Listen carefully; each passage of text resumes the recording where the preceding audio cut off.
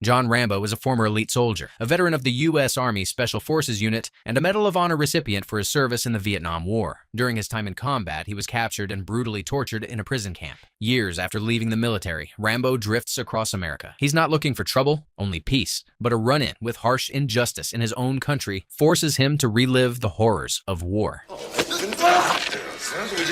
Can't you see this guy's crazy? Can't you see I don't give a shit?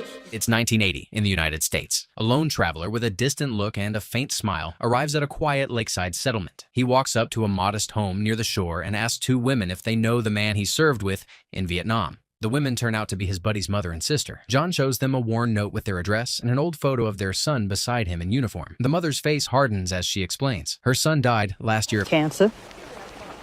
Brought it back from man.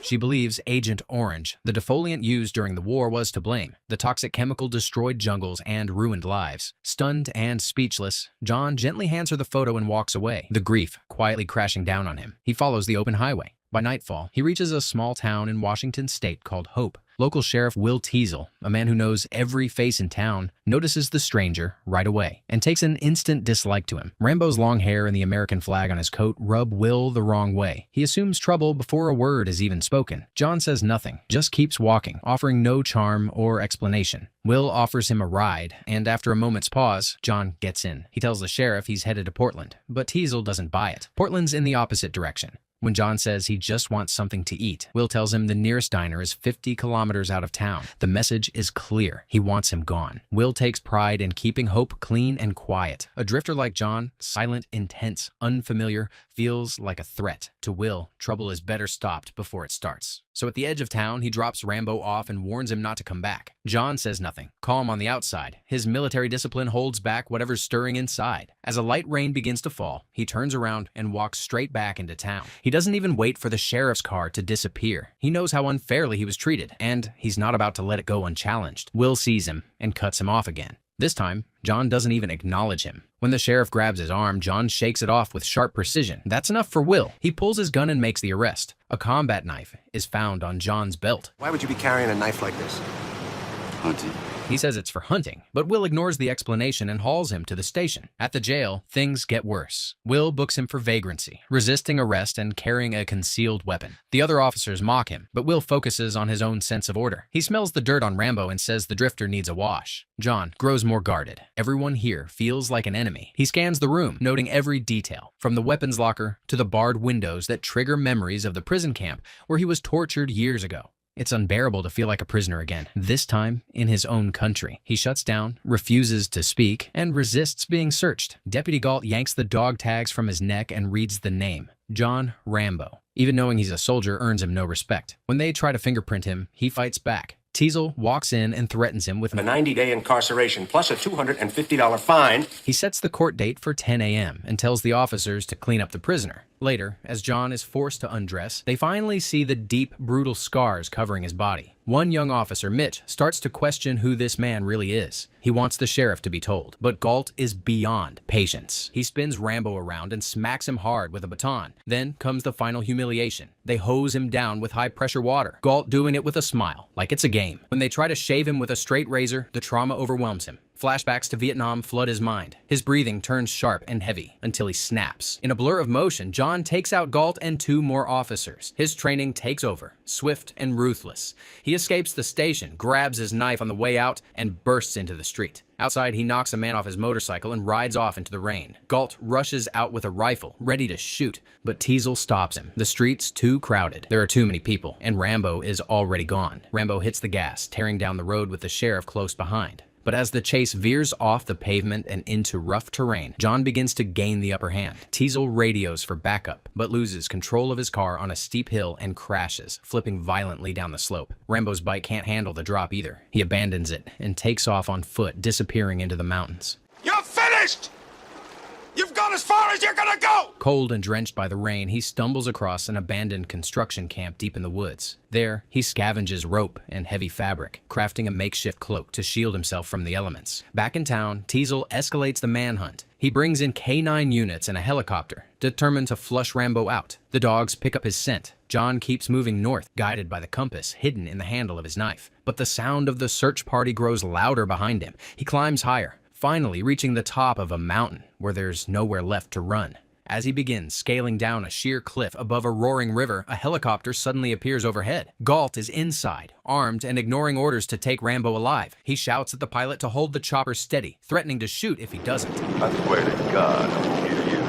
Bullets rip into the cliffside as John clings to the rock face, knowing his luck won't last. With no other choice, he leaps. On the way down, he grabs hold of tree branches to break the fall. It saves his life, but he lands hard, tearing open his right arm. Above, Galt keeps searching, but can't see through the trees. Then, from the shadows, Rambo hurls a rock at the helicopter's windshield. The pilot jerks in panic, and Galt is thrown from the open door, crashing to his death on the rocks below. Rambo checks the body, no pulse. He takes the rifle and slips into the forest, following the riverbank. When Teasel finally finds Galt's corpse, there's no word from the helicopter crew. Just silence. Using the tools in his knife, Rambo stitches up his shoulder. Then he moves toward the search team, hands raised. But Teasel, standing on a ledge, tells him to freeze. He won't listen. With rifles aimed straight at him, John backs away, tense and cautious. Then Teasel opens fire. The others follow. Rambo dives behind the rocks and vanishes into the trees. Teasel tries calling in a helicopter to recover Galt's body.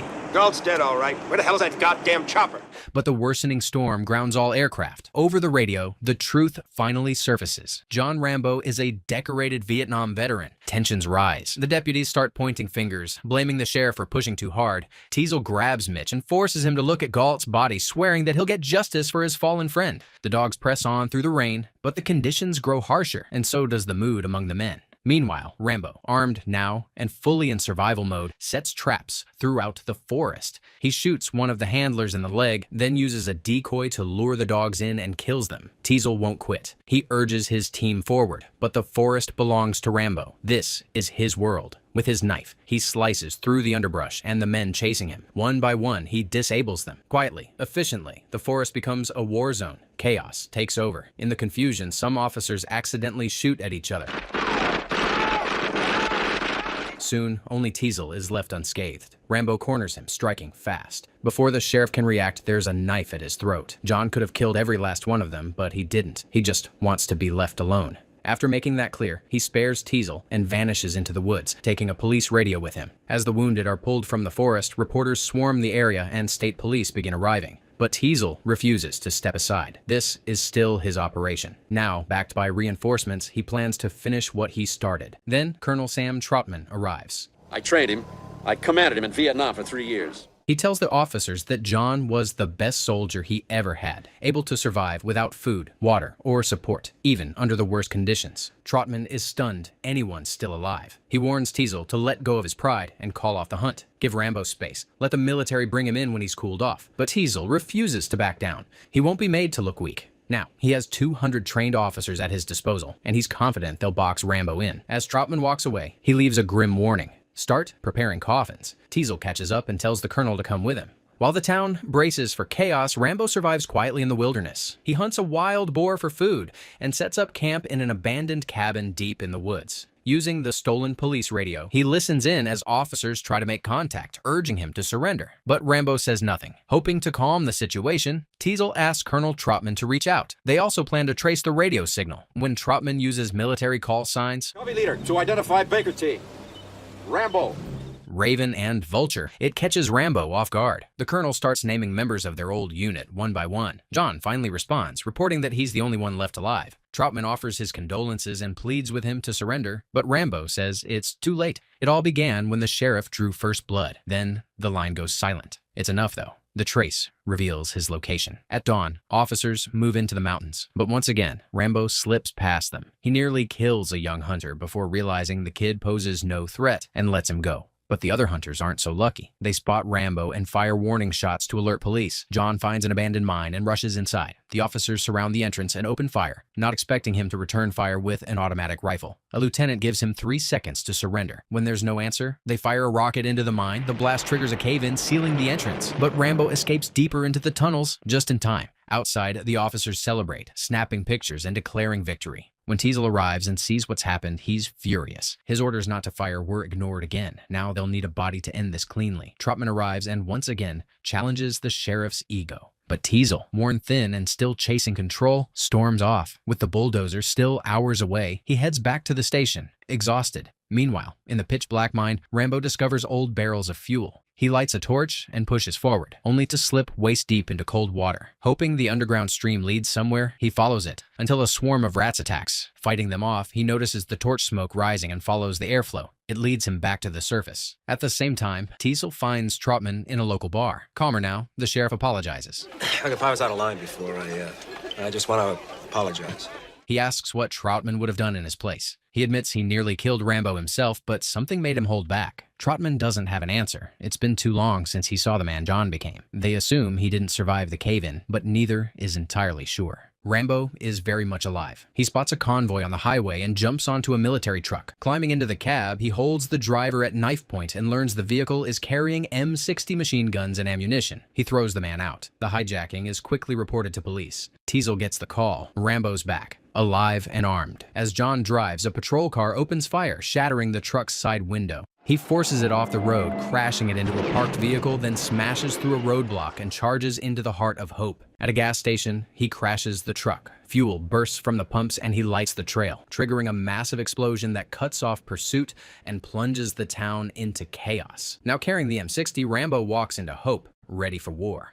Teasel declares a state of emergency and orders everyone to shelter in place. Safety, please evacuate the streets immediately. Inside the station, Troutman tries once more to talk sense into the sheriff. But Teasel lashes out, accusing the colonel of siding with Rambo all along. He grabs a weapon and orders Troutman to leave. The colonel doesn't argue. He warns Teasel again. This won't end well. He offers to speak to John himself, the only man who might still reach him. But Teasel refuses to give up his town. As emergency crews battle fires, Rambo stays hidden in the shadows. Teasel climbs to the station's attic, suspecting John is coming for him personally. He checks the roof while gunshots echo through the streets. Rambo's shooting out transformers and blacking out entire blocks. He fires into storefronts to scatter the police, then sneaks into a gun shop and sets off a chain reaction by igniting the powder and ammo. The explosion rocks the street. Teasel scrambles, unsure where the next shot will come from. Then Rambo opens fire on the police station itself, tearing through the structure. He enters the building, knowing Teasel is above him. The sheriff fires first, but John blasts upward, sending him crashing through the skylight. Teasel hits the floor, wounded. Rambo stands over him, ready to finish it. But before he can pull the trigger, Troutman's voice cuts through the smoke. The colonel tells him to stop. Teasel groans from the floor, still throwing insults, calling John insane. But Troutman doesn't flinch. He speaks with calm authority, warning that if Rambo keeps going, the full weight of the U.S. Army will descend on him, and no one will walk out alive. Finally, Rambo speaks. He breaks, unleashing everything he's held in. He didn't ask for this. He served his country. He fought its war, but when he came home, he was tossed aside. In Vietnam, he handled millions in military tech. Now he can't even hold down a job. No one respects him. Everyone calls him a drifter. He gave everything and got nothing back. Tears mix with anger. And nobody would help. No one helped me say, please, I want to go home. I want to go home. We keep calling my name. His voice cracks as he remembers his friends, all gone. He tells Troutman how one of them exploded on a landmine right in front of him. That image never left. Civilian life never offered healing. He can't sleep, can't talk to anyone, so he talks to the ghosts of the men he lost. And every year, the pain only gets worse. Troutman steps forward and pulls John into a quiet embrace. It's not just a gesture. It's the only safety Rambo has felt in years. For a moment, the weight lifts. With the colonel by his side, he lowers his weapon and surrenders. The war outside ends, and so does the one raging inside him. This iconic action film is based on the best-selling novel by David Morrell. But behind the scenes, the story almost met a very different fate. The original cut was such a disappointment to Sylvester Stallone, who starred as Rambo, that he tried to buy the rights just to destroy every copy.